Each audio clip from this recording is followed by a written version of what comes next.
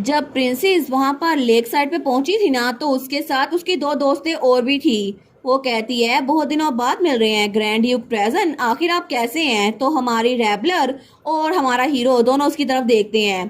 तो रैबलर सोचती है आखिर प्रिंसेस यहाँ पर क्या कर रही है। ये जगह ये तो पैलेस से बहुत ज्यादा दूर है और ये तो कभी कभार ही बाहर निकलती है। लेकिन तब उसे कहती है बहुत दिनों बाद मिल रहे हैं। तो हमारी हीरोइन सोचती है ये तो बिल्कुल ऐसा है जैसे इसको पता हो कि हम लोग आज यहाँ पर आने वाले थे। तो तभी प्रिंसेस हमारी रैबलर को घूर के देखती है। वो हमारे कैलिक्स से कहती है आपने तो मेरे किसी लेटर का जवाब ही नहीं दिया, मैंने आपको इतने लेटर भेजे थे, आखिर आपने मेरे लेटर को पढ़ा था या नहीं। तो हमारा कैलिक्स कहता है बिल्कुल मैंने पढ़ा था, मुझे पता है। तो वो कहती है अच्छा अगर ऐसी बात है तो फिर आपने जवाब नहीं दिया, इस वजह से मैं बहुत ज्यादा लोनली थी। लेकिन मुझे लगा था शायद कोई है जो आपके लेटर्स मुझ तक पहुंचने नहीं दे रहा, जिसकी वजह से हम दोनों के दरमियान बात नहीं हो रही। और वो हमारी रैबलर को घूर के देख रही थी। तो रैबलर सोचती है ये फैक्ट कि ये बात करते हुए मेरी तरफ देख रही है, क्या ये सारा का सारा ब्लेम मुझ पे डालने की कोशिश कर रही है। तो प्रिंसेस स्माइल करते हुए कहती है ऑफ कोर्स ऐसा तो हो नहीं सकता ना कि रैबलर ऐसा कुछ करे, है ना। तो वो रैबलर से कहती है क्या मैं गलत कह रही हूँ। तो हमारी हीरोइन उसको गुस्सा आ रहा था, लेकिन वो थोड़ा आराम से कहती है ऐसा कुछ भी नहीं होगा योर हाइनेस, आप तो अपनी फैमिली के साथ मिलकर बहुत ज्यादा ओवरजॉयड होंगी ना, इसी वजह से क्योंकि मैंने भी अपने फादर और ब्रदर को बैटलफील्ड में भेजा था, मुझे आपकी फीलिंग का पता चल गया है। ऑफ कोर्स आपको अपनी फैमिली के साथ टाइम गुजार कर बहुत ज्यादा अच्छा लगेगा। लेकिन वो दिल में सोचती है वो तो सिर्फ इसीलिए क्योंकि अगर तुम और कैलिक्स फैमिली होते तब भी। तो प्रिंसेस हंसते हुए कहती है मुझे लगता है मुझे गलती हो गई होगी, लेकिन अब तुम लोग यहाँ पर पहुंच ही गए हो तो क्या तुम लोग हमें ज्वाइन नहीं कर सकते।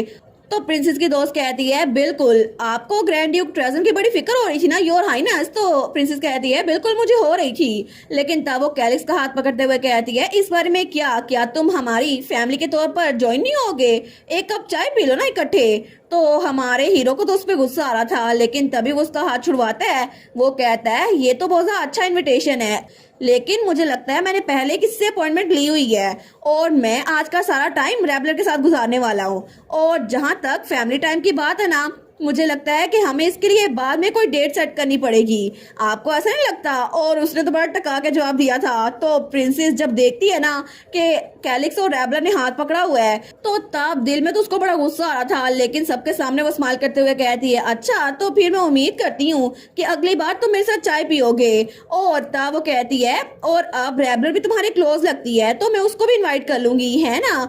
ऑफ कोर्स हम दोनों भी बहुत ज्यादा क्लोज है तो रैबलर को बुरा नहीं लगेगा।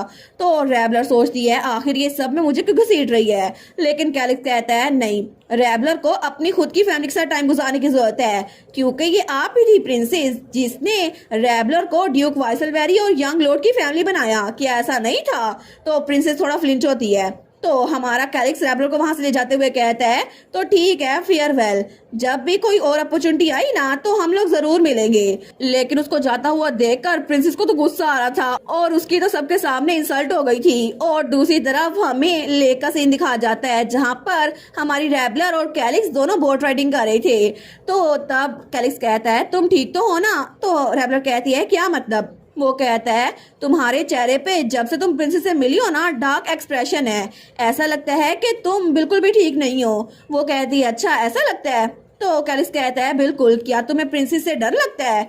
तो हमारी हीरोइन कहती है डर नहीं, ये डर तो नहीं, अगर तुम कहो ना ये गुस्सा है तो फिर ये गुस्सा ही होगा। मुझे यकीन नहीं होता कि अभी वो सबके सामने इतने स्ट्रेट फेस के साथ तुम्हें फैमिली कैसे बुला सकती है, क्या तुम्हें गुस्सा नहीं आ रहा था। और इसके अलावा मेरे ब्रदर और फादर वो अभी तक वापस नहीं लौट पाए और ये बात तो मुझे और ज्यादा तंग कर रही है, तुम्हें पता है ना। तो कैलिक्स कहता है ऑफ कोर्स ये तो बिल्कुल अब्सर्ड है कि वो मुझे फैमिली कह रही है, हालांकि उसी की वजह से मेरी फैमिली वो तबाह हुई थी। लेकिन जो चीज तुम्हें पसंद नहीं है ना वो मुझे भी पसंद नहीं है और तुम्हारा दुश्मन मेरा भी दुश्मन है, इसी वजह से इट्स ओके, तुम जिससे नफरत करना चाहो ना कर सकती हो और तुम्हें मेरे सामने पीछे हटने की कोई जरूरत नहीं है, जितना दिल चाहे उतना गुस्सा करो। तो रैबलर उसकी तरफ हैरान होकर देखती है। तो कैलिस कहता है क्योंकि मुझे वो लम्हे बहुत ज्यादा पसंद हैं जब तुम अपनी ट्रू फीलिंग्स शो करती हो, इसी वजह से तुम्हें अपनी फीलिंग्स को दबाने की जरूरत नहीं है। तो रैबलर स्माइल करने लग जाती है। वो कहती है मैं एक्सपेक्ट नहीं करी थी कि तुम मुझे कंफर्ट करो, लेकिन फिर भी थैंक यू। तो कैलिस कहता है ये वेस्ट हो जाएगा ना, अगर इतनी ब्यूटीफुल जगह पर तुम्हारे चेहरे पर तेवरी हो तो, है ना। वो सोचती है मैं खुश हूँ कि कैलिस यहाँ पर है, क्योंकि अगर मैं प्रिंसेस से अकेली मिली होती ना तो फिर मैं अपने आप को कंट्रोल नहीं कर पाती। तो रैबलर कहती है क्या हम लोग बोट से उतरने के बाद खाना खाने के लिए कहीं चले। तो वो कहता है अच्छा, लेकिन मुझे लगा था देर हो रही है, क्या हमें वापस मेंशन में नहीं लौटना चाहिए।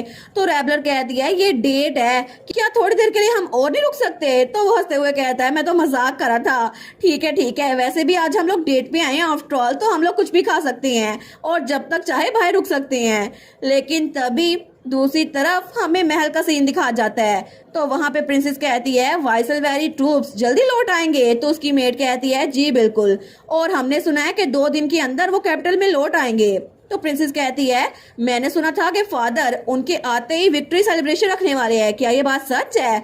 तो उसकी मेट कहती है जी ये बात सच है, लेकिन ऐसा लगता है कि लॉर्ड रुआन वो जल्दी आते ही वापस अपनी टेरिटरी में लौटना चाहते हैं।